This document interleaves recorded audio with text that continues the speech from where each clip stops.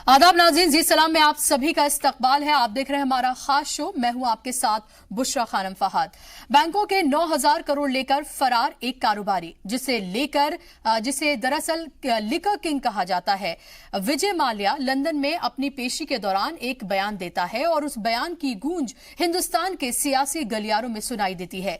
विजय माल्या ने कहा कि वो लंदन फरार होने से पहले वजीर खजाना अरुण जेटली से मिला। इस पर जेटली की सफाई भी आई, लेकिन कांग्रेस हमलावर हो गई। अब जिस शख्स के नाम पर कांग्रेस और बीजेपी लगातार निशाना लगा रही थी, उसने अपना तीर बीजेपी पर ही चला दिया। हालांकि संबित पात्रा ने राहुल का हवाला कनेक्शन बताकर मामले को मोड़ देने की कोशिश की है, लेकिन क्या बीजेपी को इसका फायदा मिलेगा? अब सवाल यह है कि माल्या के इस बयान का मतलब क्या है और माल्या के इस बयान से क्या बीजेपी को नुकसान होगा? आज हम इन्हीं पहलुओं पर बात करेंगे और हमारे साथ खास मेहमान पैनल जुड़ा हुआ है, लेकिन उससे पहले देखिए ये रिपोर्ट।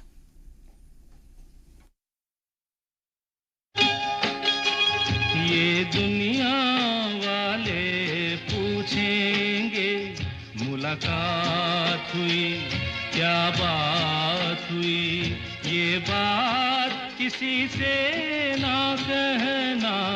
ये दुनिया। जी हाँ, इस मुलाकात के बारे में दुनिया वाले पूछ भी रहे हैं और सवाल भी कर रहे हैं, लेकिन जिस बात में सियासी तड़का ना लगे तो फिर वो बात ही क्या है, खासकर तब जब मामला सीधे सीधे ऐसे आदमी से जुड़ा हो जो मुल्क से बैंक के 9,000 करोड़ रुपए लेकर भागा हो। तो सभी धुरंधरों का मैदान में आना तो बनता ही था। लंदन की एक अदालत में हवालगी के मामले में सुनवाई के लिए आए तो वहां उन्होंने ऐसा बम फोड़ा जिसका धमाका हिंदुस्तान की सियासत पर सुनाई दिया। आप भी सुनिए। I met the finance minister before I left. Repeated my offer to settle with the banks. जी हाँ, माल्या ने कहा कि 2016 में हिंदुस्तान छोड़ने से पहले वो वजीर खजाना अरुण जेटली से मिले थे। फिर क्या था? माल्या के इस बयान के बाद तो अपोजिशन को जैसे संजीवनी बूटी मिल गई। एक के बाद एक इल्जामात लगे, जिसके बाद जेटली की तरफ से वजाहत पेश की गई कि ये बयान गलत है। अब बीजेपी कहां खामोश बैठने वाली थी। विजय माल्या पर जारी सियासी मारामारी के बीच बीजेपी ने कांग्रेस सदर राहुल गांधी पर अब तक के सबसे संगीन इल्जामात दाग दिए। विजय माल्या का ये बयान कि उन्होंने मुझसे मुलाकात की और कोई सेटलमेंट का प्रस्तावना की, ये बिल्कुल असत्य है। मैंने कभी अपने ऑफिस में, अपने घर पे कभी टाइम नहीं दिया। बीजेपी ने कहा कि राहुल गांधी के हवाला कंपनी से कनेक्शन है और इसीलिए राहुल गांधी नोटबंदी के वक्त इतने परेशान नजर आ रहे थे। संबित पात्रा ने विजय माल्या और किंगफिशर एयरलाइंस के गांधी कुनबे के रिश्ते का जिक्र करते हुए ये भी कहा है कि अनअकाउंटेड मनी का गोरख धंधा, हवाला ट्रांजैक्शन का गोरख धंधा ये व्यक्ति डोटेक्स के माध्यम से कर रहा था और राहुल गांधी उससे लोन लेते हैं 1 करोड़ का। जब भी सोनिया जी, राहुल जी, प्रियंका वाड्रा या रॉबर्ट वाड्रा ट्रैवल करते थे इंडिया या इंडिया से बाहर, उनका business class upgradation free of cost होता था और वो अपने मन के मुताबिक कहीं भी किंगफिशर के माध्यम से फ्री ऑफ कॉस्ट जाते थे। हालांकि पात्रा के बयानात में माल्या जेटली मुलाकात पर वजाहत से ज्यादा राहुल पर हमला नजर आ रहा था। खैर, इसके बाद राहुल गांधी का सामने आना भी तय था, तो वो आए भी और एक बार फिर मोदी सरकार पर हमला शुरू कर दिया। पहले तो उन्होंने जेटली का इस्तीफा मांगा, फिर राहुल ने कहा कि जेटली लंबे बयान देते हैं, लेकिन वो इस बात की जानकारी दें कि विजय माल्या को उन्होंने खुद भगाया या फिर उसे भगाने के लिए उन्हें कोई ऑर्डर मिला था। राहुल ने पूछा कि क्या ऊपर से ऑर्डर आया था। अगर ये उन्होंने अपने आप किया तो ये बता दें कि हाँ मैंने अपने आप किया। अगर इनको ऊपर से ऑर्डर मिला था तो वो कह दें कि ऊपर से उनको ऑर्डर मिला, मगर ओपन एंड शट केस है। प्रेस कॉन्फ्रेंस के दौरान राहुल गांधी के साथ पार्टी के senior leader PL Punia, Ashok Gehlot, Randeep Surjewala भी मौजूद थे। इस दौरान पुनिया ने दावा किया कि वो संसद भवन के सेंट्रल हॉल में बैठे थे तो उन्होंने देखा कि माल्या और जेटली एक तरफ खड़े होकर अच्छे से बातचीत कर रहे थे। उन्होंने 1 या 2 मिनट नहीं बल्कि 15 से 20 मिनट तक बातचीत की, जिसका वो सीसीटीवी फुटेज भी दिखाने का दावा कर रहे हैं। इतना ही नहीं, खुद बीजेपी लीडर सुब्रमण्यम स्वामी ने भी जेटली पर निशाना लगाया। उन्होंने ट्वीट करते हुए कहा कि इस मामले पर अपनी बात रखी और जेटली के रोल को सवालों के घेरे में लिया। अब सवाल ये है कि चारों तरफ से घिरे जेटली अब क्या सफाई देंगे, क्योंकि मुलाकात की बात तो उन्होंने भी मानी है, लेकिन मुलाकात में बात क्या हुई ये फिलहाल बयानात में ही घूम रही है। ब्यूरो रिपोर्ट, जी सलाम। किसी से ना कहना। तो दुनिया वाले अब पूछ रहे हैं कि मुलाकात हुई, क्या बात हुई, लेकिन लगातार जेटली इसको नकार रहे हैं कि मुलाकात नहीं हुई, बल्कि विजय माल्या उनके पीछे पीछे उनके साथ दरअसल लग लिए थे। इसका क्या मतलब बनता है और दरअसल इस पर सफाई देने की जरूरत है। संबित पात्रा ने जो आज प्रेस कॉन्फ्रेंस की, उन्होंने राहुल गांधी पे ज्यादा इल्जाम तराशी की, पी चिदम्बरम पर इल्जाम तराशी की, लेकिन असल में उन्होंने इस बात पर वजाहत ज्यादा पेश नहीं की कि अरुण जेटली विजय माल्या से मिले थे या फिर नहीं। इस पर बात करने के लिए हमारे साथ खास मेहमानों का पैनल मौजूद है। इनका तारुफ मैं आपसे कराना चाहूंगी। मेरे साथ मौजूद हैं राधिका खेरा, जो कि नेशनल स्पोक्स पर्सन है कांग्रेस की। उसके साथ साथ आनंद साहू जी मेरे साथ मौजूद हैं, लीडर हैं बीजेपी के।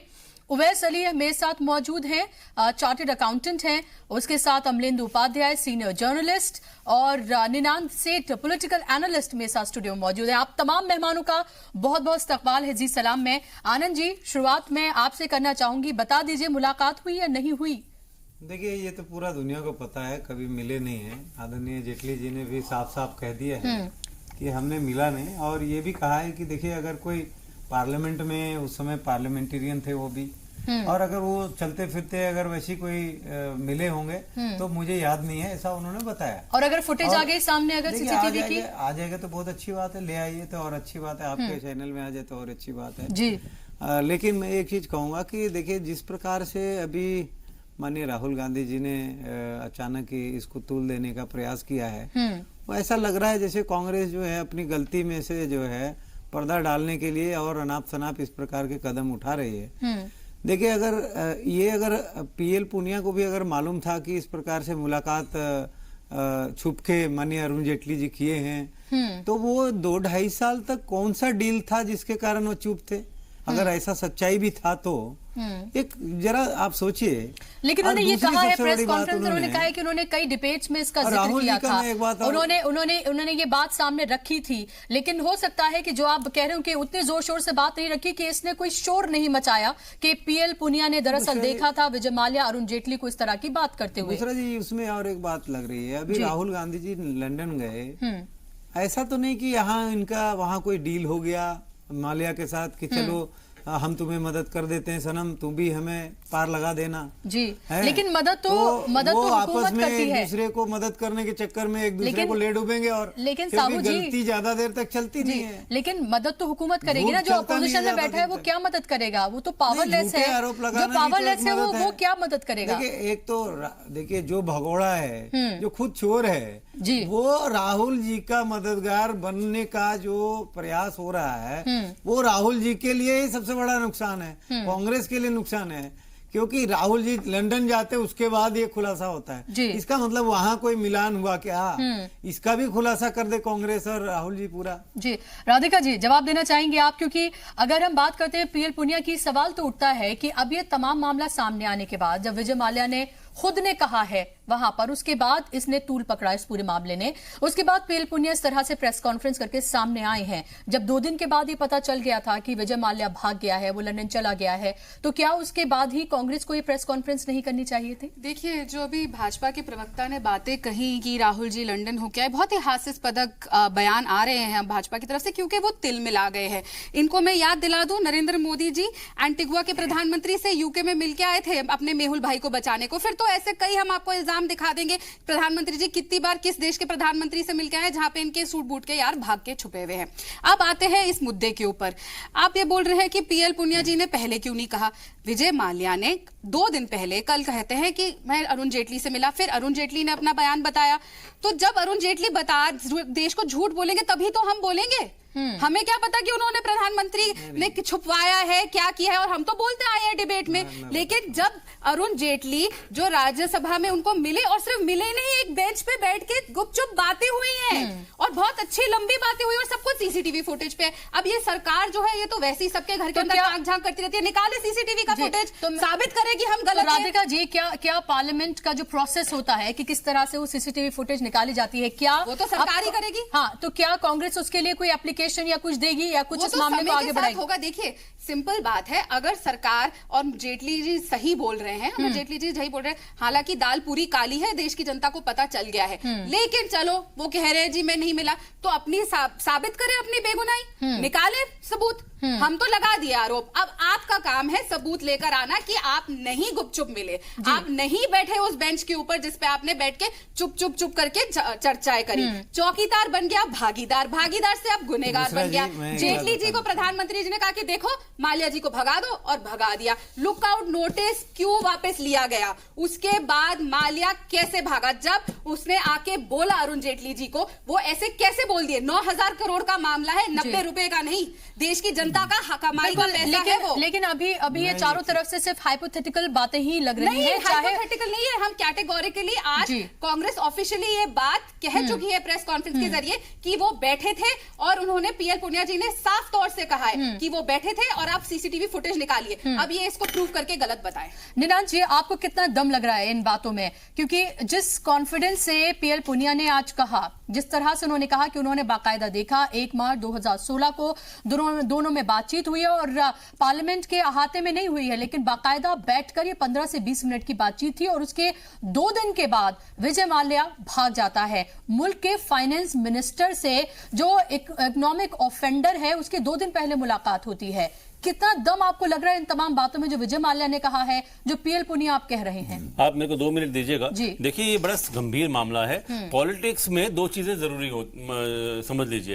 पहली बात होती है रियलिटी, दूसरी बात परसेप्शन होती है। अब अगर आप कॉमन मैन से पूछते हैं, तो कॉमन मैन को एक ही चीज समझ आ रही है कि जो बहुत बड़ा आदमी होता है, जैसे इस केस में विजय माल्या है, जिसने 9,000 करोड़ का स्कैंडल किया है, वो उसको 4,500 करोड़ की लोन कांग्रेस दे देती है, जबकि उसको 400 करोड़ भी नहीं मिलने चाहिए थे, और वो बीजेपी के राज में भाग जाता है। तो इससे डेमोक्रेसी के लिए खतरा पैदा होता है, लोग सिनिसिज्म बढ़ता है, लोगों का भरोसा सिस्टम से उड़ जाता है कि कोई भी पार्टी हो, अगर if you are big enough आप एस्केप कर जाओगे। 4,000 करोड़ ले लिए कांग्रेस के राज में, जबकि 40 करोड़ भी लोन बनता नहीं था किंगफिशर एयरलाइन के, अगर आप वो देखें तो मुझे लगता है कि इस वक्त ball is in Arun Jaitley court. लोगों में सिनिसिज्म है, लोग इस वक्त फेस वैल्यू पे ये बात मानेंगे कि भाई इतनी बड़ी कंट्री, इतने बड़े प्राइम मिनिस्टर का दबदबा, तो वो भाग कैसे गया? तो अब वो मिले हैं या ना मिले हैं वो सेकेंडरी हो जाता है। पॉलिटिक्स में परसेप्शन बहुत जरूरी होता है। मेरे ख्याल से कांग्रेस,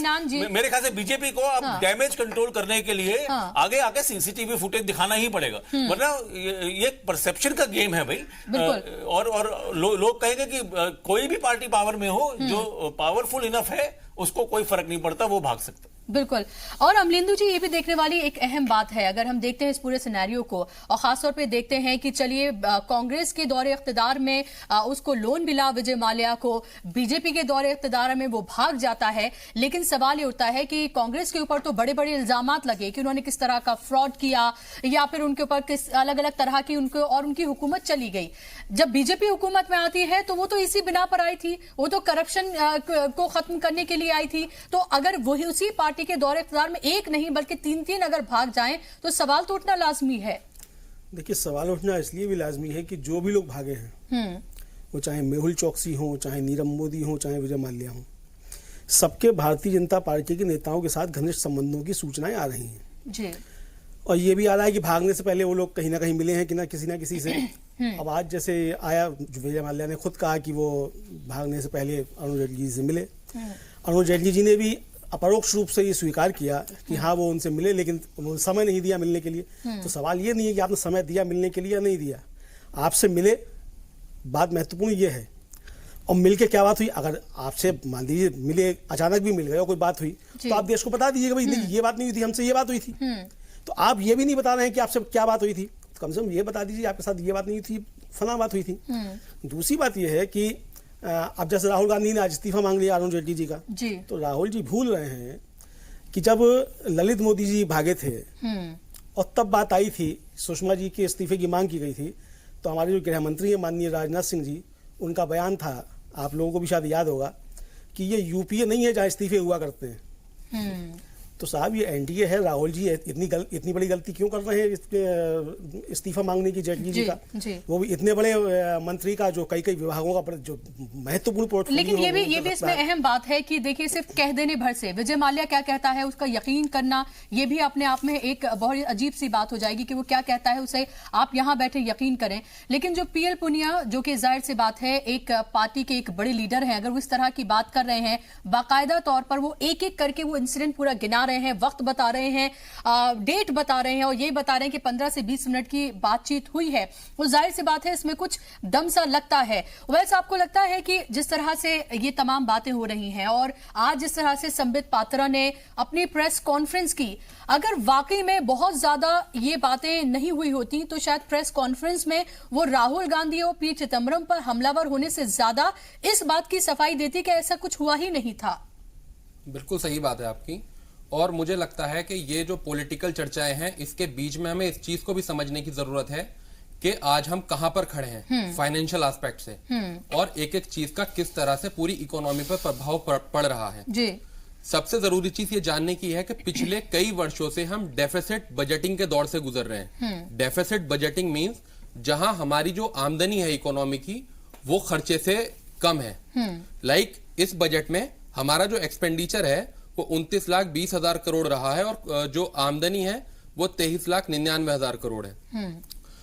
दूसरी चीज एनपीएस लगातार बढ़ रहे हैं। तीसरी चीज जो फिस्कल डेफिसिट के टारगेट्स हैं, जो फिस्कल डेफिसिट मींस आमदनी और खर्चे में जो डिफरेंस है, वो फिस्कल डेफिसिट्स के हमारे टारगेट मैच नहीं हो रहे हैं। पिछले साल 2017 में फिस्कल डेफिसिट का जो रिड्यूस करके टारगेट गवर्नमेंट ने रखा था वो 3.2% का था, वो मैच नहीं हुआ, 3.3 रहा। इस साल 3.3% का टारगेट रखा। 2 दिन पहले में एक लीडिंग इकोनॉमिस्ट है मिस्टर कौशिक बसु, मैं उनका स्टेटमेंट पढ़ रहा था, उन्होंने कहा कि इस बार भी फिस्कल डेफिसिट का टारगेट मैच नहीं हो रहा है, इस बार भी आप 3.5% के आसपास के डिफरेंस में रहेंगे। जब इस दौर में आप हैं और सारी चीजों का जबरदस्त प्रेशर है और उस वक्त में ऐसी न्यूज़ेस आती हैं कि जो लोग हिंदुस्तान का पैसा लेके भाग गए, 9,000 करोड़ रुपए कोई मामूली रकम नहीं होती, और वो तो एक है सिर्फ, वो सिर्फ एक है। उसके ऊपर सोने पे सुहागा नीरव मोदी 11,300 करोड़, ललित मोदी, पूरा मनी लॉन्ड्रिंग का गेम, एन नंबर ऑफ लोग यहाँ पर हैं। तो कहीं ना कहीं विश्वास कम होता है और गवर्नमेंट भी इस चीज को एक्सेप्ट कर रही है, चाहे वो मुंह से बोल के बताएं या ना बताएं। इस चीज का एग्जाम्पल FRDI बिल है। FRDI बिल लाने की कुछ दिन पहले कोशिश करी गई थी, लेकिन बाद में जब हिंदुस्तान भर में प्रोटेस्ट हुआ तो FRDI बिल विड्रॉ करने का फैसला किया गया। FRDI बिल में क्या है कि अगर बैंक को लॉस हो रहा है तो अभी क्या है, गवर्नमेंट पैसा इन्फ्यूज करता है सिस्टम में उस लॉस को मेकअप करने के लिए। अगर FRDI बिल आ जाता है तो गवर्नमेंट को पैसा इन्फ्यूज नहीं करना, जो लोगों का पैसा सिस्टम में बैंक में उसमें से उनके पैसे से लॉस रिकवर किया जाएगा जो बैंक में एनपीए लॉस हुआ। तो वो FRDI बिल बैकआउट करना गया, लेकिन वो लाने की कोशिश की गई। तो इसका मतलब कहीं ना कहीं गवर्नमेंट को अंदेशा है। दूसरी चीज, जो बैंक के जो फ्रॉड्स हैं वो हर साल लगातार बढ़ रहे हैं। 2016-17 में 23,930 करोड़ से बढ़ के 32,040 करोड़ हो गया। तो उस स्थिति में एक दूसरे पे इल्जाम लगाने से बेहतर है कि सभी लोगों को जिम्मेदारी से इस चीज को क्लैरिफाई करना चाहिए। जहां तक भाजपा की बात है तो सुब्रमण्यम स्वामी जी लगातार उस चीज को बता रहे हैं। बिल्कुल, सुब्रमण्यम स्वामी ने खुद कहा है, उन्होंने कहा है कि अरुण जेटली को सामने आकर इस पूरे मामले पर सफाई देनी चाहिए। ये कहना है बीजेपी के सीनियर लीडर सुब्रमण्यम स्वामी का। साहू जी, अब आप क्या कहेंगे? खुद आप ही के पार्टी के लीडर कह रहे हैं कि अरुण जेटली को सफाई देनी चाहिए। संबित पात्रा को हमने सुना, उन्होंने बहुत ज्यादा इस मामले को लेकर ना बात करते हुए बल्कि उन्होंने बात राहुल गांधी और पी चिदम्बरम पर ज्यादा की है। खुद अरुण जेटली ने ये माना है कि मुलाकात तो हुई थी लेकिन उन्हें वक्त नहीं दिया था, वो उनके पीछे लग लिए थे। ये बताइए कि करप्शन के मुद्दे को लेकर बीजेपी हुकूमत इख्तिदार में आई थी और उन्हीं के दौरे इख्तिदार में, उन्हीं के रहते हुए एक नहीं बल्कि तीन तो मैं वो बड़े नाम बता रही हूं जो भाग गए हैं पैसा लेके हजारों करोड़ रुपए, और यहां पर जो हिंदुस्तान की जनता है वो पेट्रोल डीजल महंगाई की मार से त्राही त्राही कर रही है। मैं बताता हूं। देखिए बुशरा जी, पहले तो आपको मालूम होगा कि ये जो कांग्रेस के 10 साल यूपीए में सारा जो लोन था, बैड लोन, इन्होंने जिसको आप अगर खुद जाते लोन लेने, 1,000 करोड़ मुझे दे दीजिए, 20% ले लीजिए, तो आपको घर में आपको लोन पहुंच जाता था। ऐसा सिचुएशन था।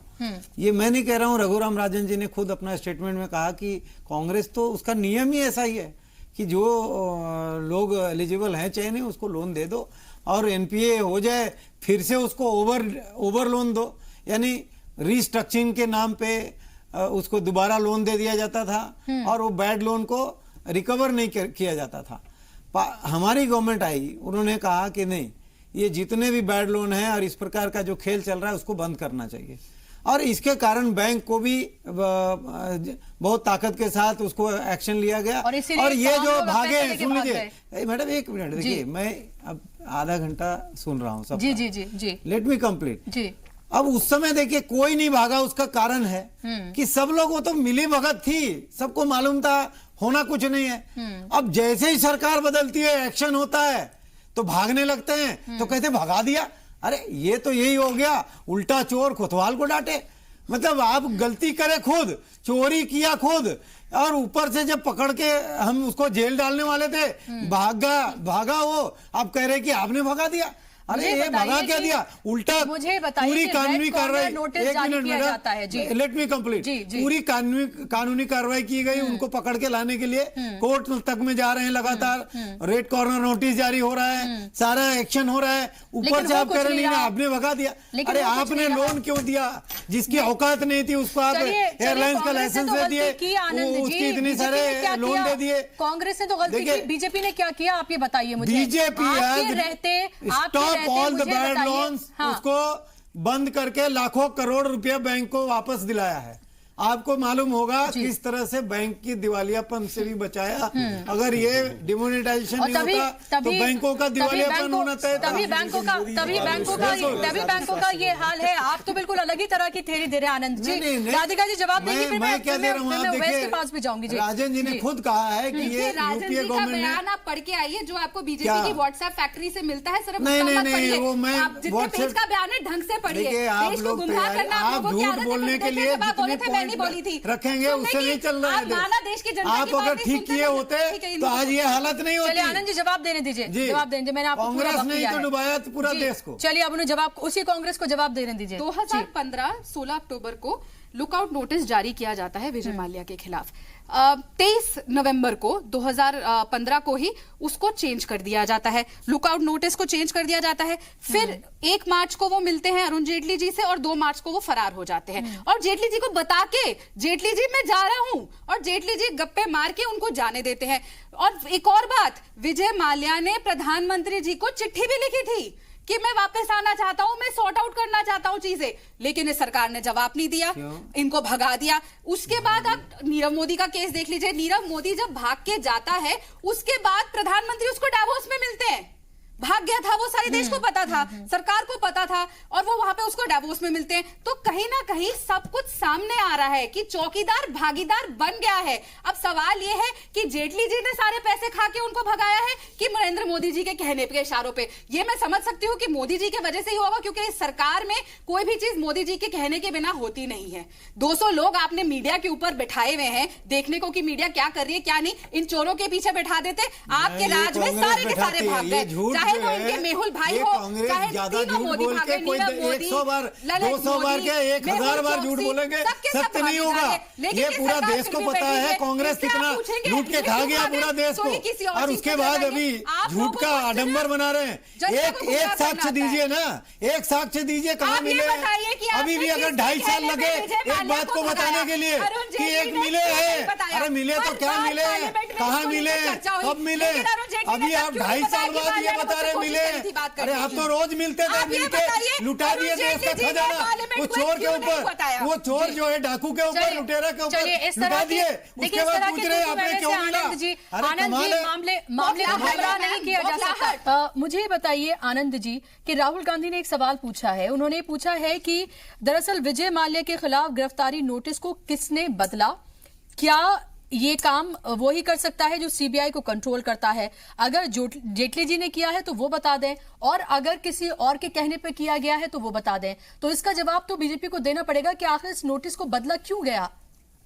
देखिए, सबसे पहले ये है, जितने भी इस तरह के आरोप लगा रहे हैं कांग्रेस के जितने लीडर हैं जी, मैं ये पूछता हूं इनसे कि जब इनकी 10 साल की सरकार थी, ये लोन दिए, ये बैड लोन हो गए, पैसा नहीं दे रहा था, इन्होंने उनको अरेस्ट करके अंदर क्यों नहीं किया? आप देखिए, सबसे पहला सवाल मैं कांग्रेस से पूछता हूँ। दूसरा सवाल कि राहुल गांधी जी, आज जी आप सवाल का सवाल से जवाब मत दीजिए, सवाल तो जवाब से जवाब दीजिए ना। राहुल गांधी जी और सोनिया गांधी जी ये बताया कि इनका कौन सा डील कमीशन था जिसके कारण 10 साल में ये जितने डकैतों को पाल करके क्यों रखा, इनको जेल के अंदर क्यों नहीं डाला? और हमारे जब गवर्नमेंट आती है हम एक्शन लेते हैं। मुझे इसमें भी संशय है बुसरा जी कि अगर ये इनके भी हो सकता है, क्योंकि ये 60 साल में ये इतने सारे ब्यूरोक्रेसी में भी इनके कितने सारे लोगों को पाल के रखा है, हो सकता है इनके लोगों ने ही वो मुखबिरी किया होगा कि तुम्हारे ऊपर कार्रवाई होने वाला है, भाग जाओ। अरे हमने क्यों नहीं मरा? आप बताइए, आप जिस प्रकार से अब फॉरेन करेंसी हमारा जो है इतना पूरा डाउन चला गया, ये भी कांग्रेस ने खत्म हो गया था। ये भी कांग्रेस ने किया। डाउन तो अभी गया, थोड़े 10,000 करोड़ का कुछ शायद बौखलाहट है, हम समझ सकते हैं। निनान जी, क्या आपको ये लग रहा है कि लगातार जिस तरह से बीजेपी हर सवालों के जवाब जो है वो सवालों से देती है, और ये सिर्फ आनंद साहू जी नहीं कर रहे हैं, लगातार हम इस तरह की चीजें देख रहे हैं, क्या आपको लग रहा है कि हर चीज का इल्जाम सिर्फ कांग्रेस पर लगा देना, या फिर 70 साल कह के अब लोग आपसे नहीं पूछेंगे, क्या बीजेपी से नहीं पूछेंगे कि आपने 4.5 साल में क्या किया? आपके रहते हुए 3 लोग जो हैं वो इतना बड़ा फ्रॉड करके बैंकों का हजारों करोड़ रुपए लेकर फरार हो गए। आप क्या कर रहे थे? आपने क्यों नहीं इन लोगों को, इन लुटेरों को आपने जेल के पीछे जितने प्रॉपर्टी था सारे वो सब पकड़ लिए गए हैं, उसके जितने भारत में है। देखिए, और आगे भी उस पर कार्रवाई करने के लिए सारी कार्रवाई कर दी। देखिए, ऐसा है कि अगर आप पब्लिक डिस्कोर्स देखते हैं तो इसमें कोई शक नहीं है कि कांग्रेस बहुत सारा बैगेज लेके टेबल पे आई है। 70 साल में कांग्रेस ने इस देश को जहां पहुंचाया है, वो क्वेश्चन बड़ा लेजिटिमेट क्वेश्चन है। वो क्वेश्चन उठेंगे कि भाई 10 साल तक जब ये बंदा लोन ले रहा था, 7 साल वो भी हैं जो बीजेपी ने। हाँ, नहीं, लेट मी प्लीज फिनिश। मैं 3 पहलू इसमें रखूंगा। एक तो ये बीजेपी जो डिफेंसिव पे है वो गलत, मेरे ख्याल से गलत स्ट्रेटेजी है, क्योंकि ये जो बड़ा मैंडेट आया 30 साल बाद, हम भूल जाते हैं 30 साल बाद अगर आपको मेजोरिटी मिली थी तो अंग्रेजी में जिसे कहते हैं पर्प वॉक्स, कि भाई परपेट्रेटर मतलब जिसने चोरी करी है उसको हथकड़ी लगाओ, और वो फोटो लेते हैं ना, वो लाइन में फोटोग्राफर खड़े होते हैं और उसको ले जाते हैं। हथकड़ी लगाने के लिए ये उनको मैंडेट मिला था, हथकड़ियां 4 साल में नहीं लगी हैं, तो लोगों को में रोष आया है। मेरे ख्याल से बीजेपी ने केयरफुल रहना चाहिए इस गुस्से के मामले में। मैं दूसरी बात ये कहूंगा कि जो सिस्टमिक प्रॉब्लम है, सिस्टमिक प्रॉब्लम हम बार बार भूल जाते हैं। प्रॉब्लम विजय मल्ल्या नहीं है, प्रॉब्लम यह है कि भारत की नेशनलाइज्ड बैंक जो मिसेस गांधी ने की थी, वो नेशनलाइज इसलिए की थी कि गरीब को लोन मिले, किसान को लोन मिले, पर बैंक के ऊपर, बैंक के बोर्ड्स पे पॉलिटिशियंस बैठते हैं, पॉलिटिशियंस के दोस्तों को पैसा मिलता है, किसान को नहीं मिलता है। इसका अगर सोल्यूशन चाहिए तो बड़ी फ्रैंकली मैं बात बताऊं, अगर कोई सोल्यूशन की बात नहीं कर रहा, प्राइवेटाइज नहीं करोगे बैंक, तो ये सिस्टमेटिक प्रॉब्लम कोई भी सरकार आए वहां पे चलता ही रहेगा, क्योंकि बैंक के बोर्ड पे जो लोग बैठते हैं वो पॉलिटिशियंस होते हैं, और जो भी पॉलिटिशियंस का फेवरेट है, जैसे विजय मल्ल्या कांग्रेस का राहुल गांधी का फेवरेट था, तो उनको मिला तो 10,000 करोड़ मिले, किसी ने रोका नहीं। 10,000 करोड़ मिले तो किसी ने 10 साल तक रोका क्यों नहीं? फेवरेट था, बिल्कुल फेवरेट था, राहुल गांधी का फेवरेट था, वो राहुल गांधी का फेवरेट था। 10,000 करोड़ मिले तब उन्हें रोका नहीं, 10 साल तक रोका नहीं, बिल्कुल फेवरेट था। नहीं, बात सही है। नहीं, निनाद जी की बात सही है, राहुल गांधी का बहुत फेवरेट था, तभी 2010 में बीजेपी ने उसको सांसद बनवाया। आपने कमाल करते हैं, थोड़ा और 10,000 करोड़ जब मिले 10 साल तक, तो बीजेपी ने नहीं किया। पर मैंने जैसे पहले कहा कि ये एक सिस्टमिक प्रॉब्लम है। जब तक बैंक के बोर्ड पे पॉलिटिशियंस बैठेंगे, विजय मल्ल्या बनते रहेंगे। बैंक के बोर्ड पे पे तो आरबीआई की तरफ से एक अपॉइंटेड आरबीआई का भी एक बंदा बैठता है among the directors of any of all the PSB. जो पावर में है उसके पपेट्स होते हैं। हल नहीं है सर, अब आप डिसाइड नहीं कर सकते ना कौन पपेट है। आप तो हर किसी की इंटीग्रिटी ऑनेस्टी पे सवाल थोड़ी उठा देंगे सर। अब जितने भी बैंक के बैंक को प्राइवेटाइज करने के सिवाय कोई सोल्यूशन नहीं। बैंक प्राइवेटाइज करोगे सर, रोज एफआरटीआई जैसा कानून बनेंगे सर। बैंक प्राइवेटाइज कैसे कर देंगे सर आपको गरीबों को, किसानों को लोन नहीं देंगे आप? जाहिर सी बात है। और जिस तरह से अमरेंदु जी ने कहा कि चंदा कोचर का मामला कि उन्होंने क्या किया है। पहली बार मुद्रा लोन में आप कह रहे हो कि मुद्रा लोन पीएनबी के मामले में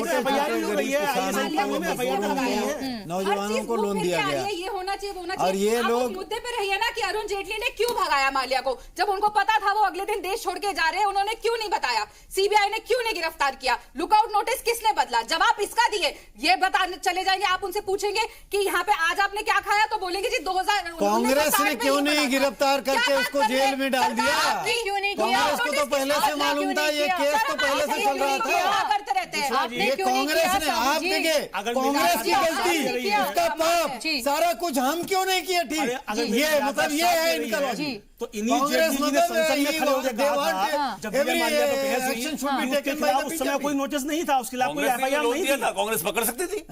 क्यों नहीं पकड़े? एनपीए तो 6 महीने में हो गया था। 6 महीने में एनपीए हो गया। जेटली जी ने खुद संसद में खड़े होकर कहा भाई इस चीज से देश की दुनिया को भ्रम से हमने जब गर्दन पकड़ने के लिए दौड़ाया तो भाग गया। आप तो उसको भगाएंगे क्यों? आपका दमाद बना के रखे थे। की उम्र को क्रॉस करने वाला है, सारे दमाद आपके मची हुई है और आपने पूरा देश बर्बाद कर दिया है। चाहे किसान हो, महिला हो, कांग्रेस कोई गरीब किसान को लोन नहीं देती है, बड़े बड़े लोगों को लोन देती थी। और हमारे प्रधानमंत्री मुद्रा योजना बिना कोई कोलेटरल के लाखों करोड़ रुपया गरीब किसान मजदूरों को। हर चीज ऐसा लगता है कि जो भी कुछ अब तक खराब हुआ है 70 साल कह के ये बात कही जाती है। लेकिन सवाल क्या बताइए मुझे, मुद्रा लोन में लाखों करोड़ कौन से रीच आदमी को दिया गया लोन बताए कांग्रेस? आप ये नहीं बताती है। जेटली जी को केवल पता था कि वो 2 तारीख को जेटली जी कुछ नहीं किए हैं। आप लोगों को देख लीजिएगा आने वाला समय में ये राहुल जी को कोर्ट में आना पड़ेगा। झूठा आरोप लगा के इस प्रकार से भाग नहीं सकते कांग्रेस के लोग। चलिए इसको बताइए क्यों नहीं पकड़ा? अब तो पकड़ रहे हैं, ऑलरेडी उसको पकड़ के ला भी रहे हैं। आपने उसको पाल के रखा था, दमाद बना के रखे थे सारे डकैतों चोरों को, क्योंकि आपका कमीशन चलता था उसमें। लेकिन सवाल लोगों के जहन में ये जरूर उठ रहा है कि लोन तो विजय माल्या को कांग्रेस जब थी तब मिला था, तब उसके बाद जाहिर सी बात है कि जब उसके बाद ये तमाम चीजें पता चली कि किस तरह से ये तमाम घोटाला जो है वो किया गया है, भागा वो बीजेपी के दौरे इख्तिदार में है। लोगों का सवाल ये है, लोग खुद कंफ्यूज हैं कि दरअसल बताया जाए किसने क्या किया और किसने क्या गलत किया, क्योंकि यहाँ तो कांग्रेस बीजेपी कांग्रेस सिर्फ यही चल रहा है और इसमें पिस रही है सिर्फ आम जनता। देखिए, एक तो सबसे बड़ी बात यह है कि बार बार जो कहा जा रहा है कि कांग्रेस के समय में लोन दिया, हाँ। कांग्रेस के समय में लोन तो अंबानी जी ने भी लिए थे, कांग्रेस के समय में लोन तो टाटा जी ने भी लिए थे, बिरला जी ने भी लिए थे, वो तो नहीं भाग गए ना कोई। लेकिन कंपनी नहीं, देखिए एक सड़ी गली कंपनी को जी जो लोन दिए जाते हैं, एनपीए जब हुआ तब की बात करें, 6 महीने में एनपीए हो गया था, तब क्यों नहीं भाग जाएंगे? जी इसलिए दिए जाते हैं कि लोन तो देना ही है, बैंक का काम ही लोन देने का है। जनता के धन से जब कारोबार करेंगे तो रोजगार का उत्पादन होगा। एनपीए दिखाया ही नहीं। कुछ लोगों को रोजगार मिलेगा, इस देश की अर्थव्यवस्था कुछ मजबूत होगी। जी सवाल ये है कि अगर वो डूब रहा था, आप 2014 में सत्ता में आ गए थे, डूब रहा था, पहले डूब रहा था, 2011 में डूबना शुरू हो गया था। हम कहने 2011 में डूबना शुरू हो गया था, तो क्यों नहीं? 2016 में है ना, तो आप तो आ गए थे 2014 में। और आपको तो हमको पता था कि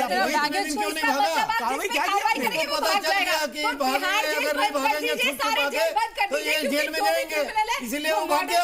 कांग्रेस तो उसको दमाद बना के रखी थी, भाग जाएगा क्योंकि बड़ी अच्छी बात क्या है, और ये भी बहुत अजीब सी बात है कि विजय माल्या जो है वो वीडियो कॉन्फ्रेंसिंग करके दिखा रहा है कि हिंदुस्तान में जेलों का क्या हाल है।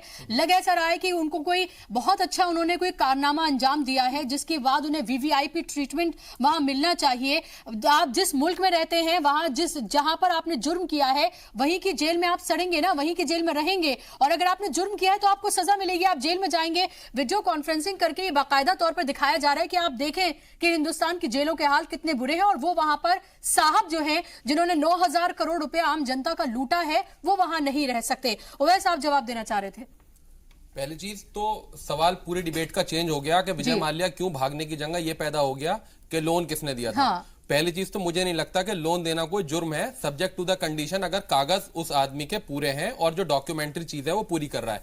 अभी तक एक भी चीज ऐसी नहीं है जहां से लगे कि वो डॉक्यूमेंट्री गलत डॉक्यूमेंटेशन के बेसिस पे लोन विजय माल्या को हुआ था। लोन के वक्त जो गारंटी और सिक्योरिटी थी वो विजय माल्या का ब्रांड और ट्रेडमार्क और उसकी पर्सनल गारंटी भी इन्वॉल्व थी। जो ब्रांड वैल्यूएशन थी उस वक्त विजय माल्या का टाइम अच्छा था, हर कोई जानता है। उसके बाद जब उसका ब्रांड डूबा 2011 में, तो ब्रांड की वैल्यूएशन कमजोर होने की वजह से ये सब दिक्कत आने लगी। 2011 से विजय माल्या दिवालिया होने शुरू हो गया था। 2013 में डेट लिखी, 2013 में गोवा और बेंगलोर ट्राइब्यूनल में विजय माल्या के खिलाफ केसेस की हियरिंग शुरू हो गई थी।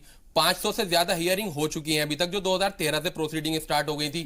जब बीजेपी सत्ता में आई तो ऐसा नहीं था कि सब कुछ नया हो गया था। 2012 से विजय माल्या के खिलाफ रिकवरी प्रोसीडिंग शुरू हो गई थी। अगर कोई अकाउंट एनपीए होता है तो ऐसा नहीं है कि एनपीए होते ही तुरंत उसे जेल में डाल दो, क्योंकि बैंक जब किसी को पैसा देता है, बैंक का मकसद होता है कि विद इंटरेस्ट उस पैसे को वसूलना, उस आदमी को अरेस्ट करना या फिर उसकी जमीन बेचना है, प्रॉपर्टी बेच के कभी बैंक का मकसद नहीं होता, लेकिन वो वर्स्ट केस सिनेरियो में ऐसा करना पड़ता है। तीसरी चीज, 18 दिसंबर 2015 को जो विजय माल्या का जन्मदिन था, उस जन्मदिन को गोवा में सेलिब्रेट किया गया था और 2 मिलियन एक रात में स्पेंड हुआ था जन्मदिन पर, $2 मिलियन तकरीबन 14 सन की बात है ये 18 दिसंबर 2015 विजय माल्या का 60वां जन्मदिन। और सेलिब्रेशन इतना ह्यूज था कि एनरिक जो सिंगर है वो उसमें आए थे और पटाखों की आवाज 18 किलोमीटर दूर तक उसमें जा रही थी जी। और उसके बाद रघुराम राजन जी का जनवरी में स्टेटमेंट है ऑन रिकॉर्ड।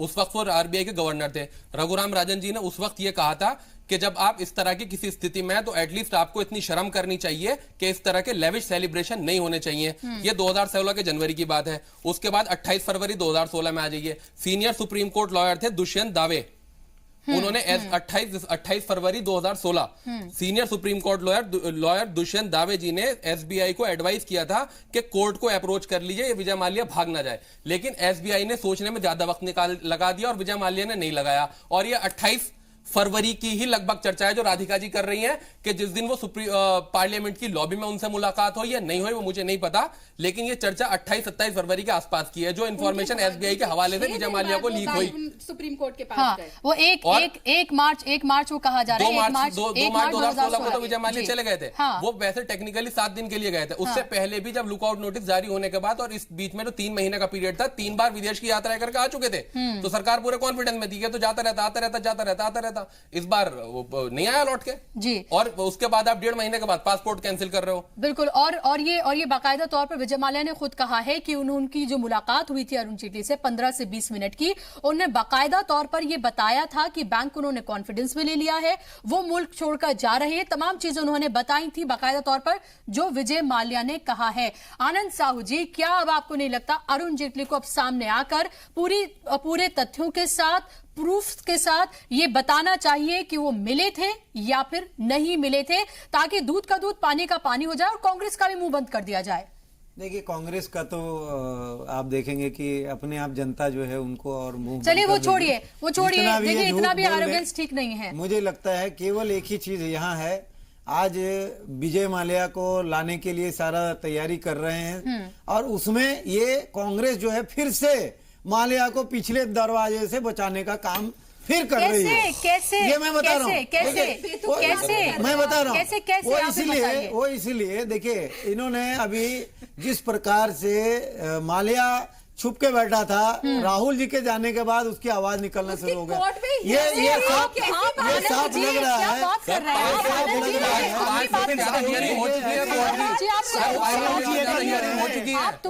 राहुल जी एक बात नहीं बता रहे हैं कि राहुल जी से पहले मोदी जी लंदन जा चुके हैं। नहीं, राहुल गांधी से पहले मोदी जी लंदन जा चुके हैं।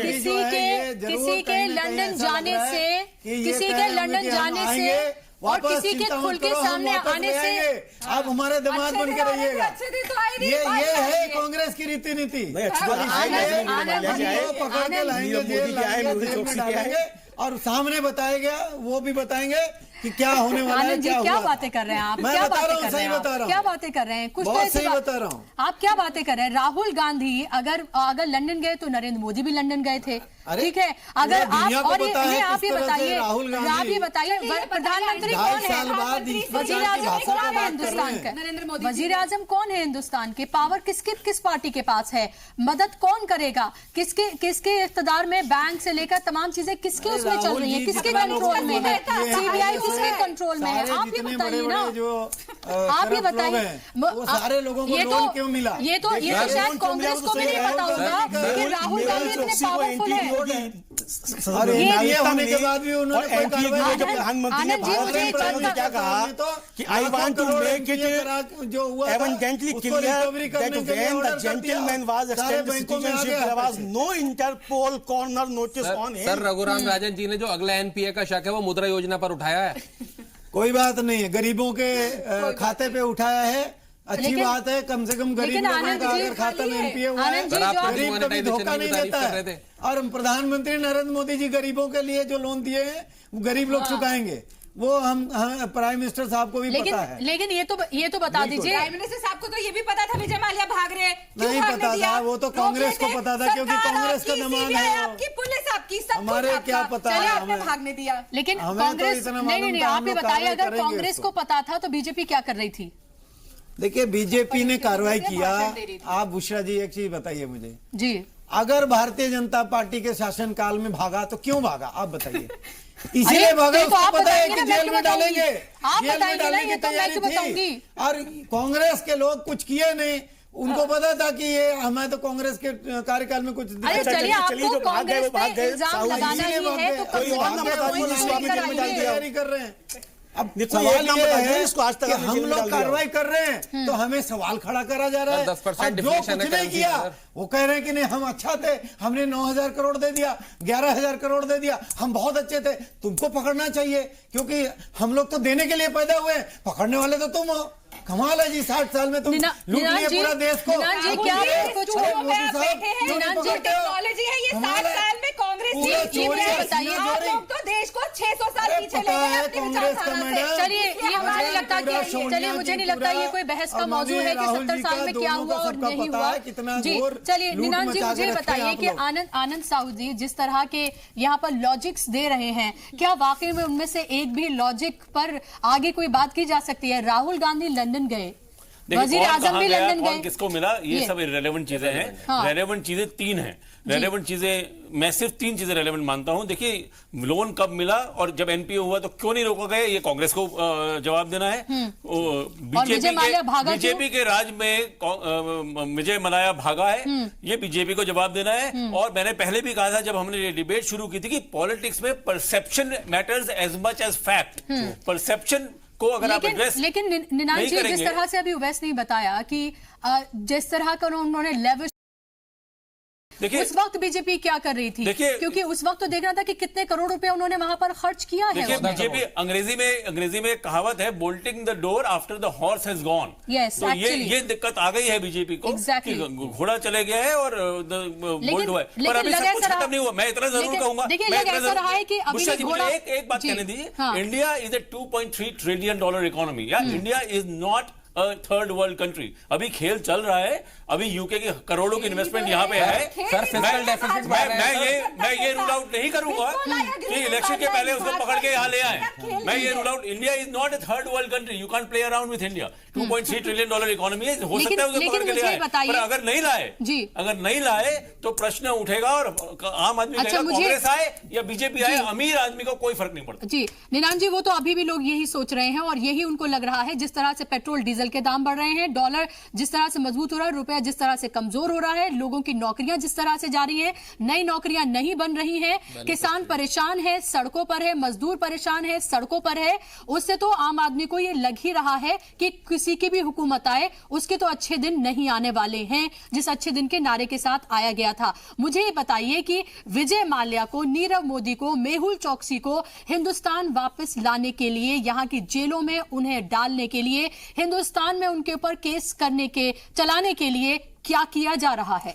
हमारी एक एक्सट्रेडिशन ट्रीटी है यूनाइटेड किंगडम के साथ, उसका एक प्रोसेस है। उस प्रोसेस में हमें ब्रिटिश कोर्ट में प्रूव करना पड़ता है, जैसे हमने लिस्बन की कोर्ट में प्रूव किया था छोटा सलीम के टाइम पे कि ये बंदे ने एक ग्रेवियस ऑफेंस किया है, और अगर हम प्रूव करते हैं तो एक्सट्रेडिशन ट्रीटी के तहत वो वापस आ सकता है। पर ये प्रोसेस में टाइम लगता है। ये प्रोसेस, जैसे मैंने कहा, ये प्रोसेस की जरूरत ही नहीं पड़नी चाहिए अगर उसे इंडिया में पकड़ लिया होता। पर ये कहना कि वो वापस नहीं आएगा, वो हमेशा के लिए भाग गए, मेरे ख्याल से प्रीमेच्योर है, क्योंकि India, like I said before, is not an African banana Republic. लेकिन हम दाऊद इब्राहिम का केस भी हमारे पास मौजूद है। हमेशा दावा किया जाता है कि बात हो गई है, अमेरिका दबाव बना रहा है, अब इस उसमें बात की गई है, अब उस समिट में बात की गई है, लेकिन अभी तक सिर्फ हम सुनते ही आ रहे हैं, उसको लेकर भी कुछ नहीं हुआ है अभी तक भी। बीजेपी को ये इन भगोड़ों को वापस लाना ही होगा। अगर प्राइम मिनिस्टर की जो छवि है उसको बरकरार रखना है तो बहुत बड़ी चैलेंज है मेरे ख्याल से बीजेपी की। आनंद जी, क्या आपको नहीं लगता कि 2019 लोकसभा इंतखाबात जो है, इलेक्शंस जो हैं, वो बिल्कुल बस दरवाजे पर ही खड़े हैं? ऐसे में जिस तरह के लगातार इल्जाम लग रहे हैं, मुल्क की जिस तरह की फिलहाल कंडीशन है, किस तरह से आप लोगों के पास जाएंगे, किन चीजों को लेकर वोट मांगेंगे? जो 3 लोग हैं वो करोड़ों रुपया बैंक का लेकर भाग चुके हैं। बैंकों की हालत इस तरह की है कि अगर उनसे जाकर पूछ लिया जाए, उनके एम्प्लॉय से जाकर पूछ लिया जाए कि कितने प्रेशर में वो काम करने के लिए मजबूर हैं, तो वो एक अलग तरह का मौजू हो जाएगा। लेकिन मजदूर सड़कों पर हैं, किसान सड़कों पर हैं, लोगों को नौकरियां नहीं मिल रही है, पेट्रोल डीजल के दाम बढ़ रहे हैं, उसके साथ साथ हम ये देख रहे हैं कि रुपया किस तरह से कमजोर हो रहा है। तो कौन सी चीजें हैं जिसको लेकर आप जाने वाले हैं? कोई तो ऐसी चीज कर दीजिए। देखिए बुशरा जी, सबसे बड़ी बात है, आज प्रधानमंत्री नरेंद्र मोदी जी जो भारत की इकोनॉमी है उसको कहीं ना कहीं आप देखिए तो स्ट्रांग इकोनॉमी पूरा दुनिया मान रही है। वो आप कह रहे हैं एक तरफ कि रोजगार नहीं मिल रहा है, मैं समझता हूँ रोजगार भी बहुत मिल रहा है, और रोजगार जो इतना ही नहीं, ने कहा था कि रोजगार बहुत है, लायक केवल लोग नहीं है। आप बुशरा जी केवल अपना एजेंडा मत चलाइए, थोड़ा सा एक सुन नहीं, मेरा कोई एजेंडा नहीं है। मैं एक इंडिपेंडेंट जर्नलिस्ट हूँ, आपसे सवाल पूछ रही हूँ। बोल रहा हूँ, आपके हिसाब के सवाल नहीं पूछ सकती। मेरा सवाल मत, मैं जवाब तो ले लीजिए मेरा। जवाब ले रही हूँ, मैं आपके हिसाब के सवाल नहीं पूछ सकती। मैं ये कह रहा हूँ कि आज जिस तरह से केवल मुद्रा योजना के माध्यम से करोड़ों लोगों को रोजगार दिया गया, यानी आप एक अगर मुद्रा योजना किसी को अगर मिला तो वो कम से कम 2-3 लोगों को रोजगार दिया वो, क्योंकि आज जो इकोनॉमी है अगर आप देखेंगे तो सबसे ज्यादा माइक्रो और सेमी जो इकोनॉमी है, एमएसएमई है, अगर वो बढ़ता है, एग्रीकल्चर सेक्टर में ग्रोथ आता है और इंफ्रास्ट्रक्चर में ग्रोथ आता है, तभी जाकर के रोजगार भी बढ़ती है, सारा चीज होता है। देखिए आज आप सुन लीजिए मैडम सुन लीजिए, केवल 4 साल से आपको पता नहीं है, केवल आप लोग झूठ बोलने के, आप सुन लीजिए 7.8% पे ग्रो कर रही है, खत्म नहीं हुई है इकोनॉमी। और मैं आपको एक और बात बताऊं, लास्ट ईयर 8% और इतना ही नहीं, एग्रीकल्चर में आप इनको पता नहीं है, राज्य की अगर हम देखें तो अकेले 5-6 राज्य जहां हमारी शासन है 12% से ऊपर है एग्रीकल्चर ग्रोथ। आपको पता ही नहीं मैडम, आपके ही सरकार के कार्यकाल में राष्ट्रपति की अवार्ड मिलती है। हमारे जब मध्य प्रदेश है, छत्तीसगढ़ है, गुजरात है, हर जगह हमारी सरकार को मुद्दे से भटक रहे हैं,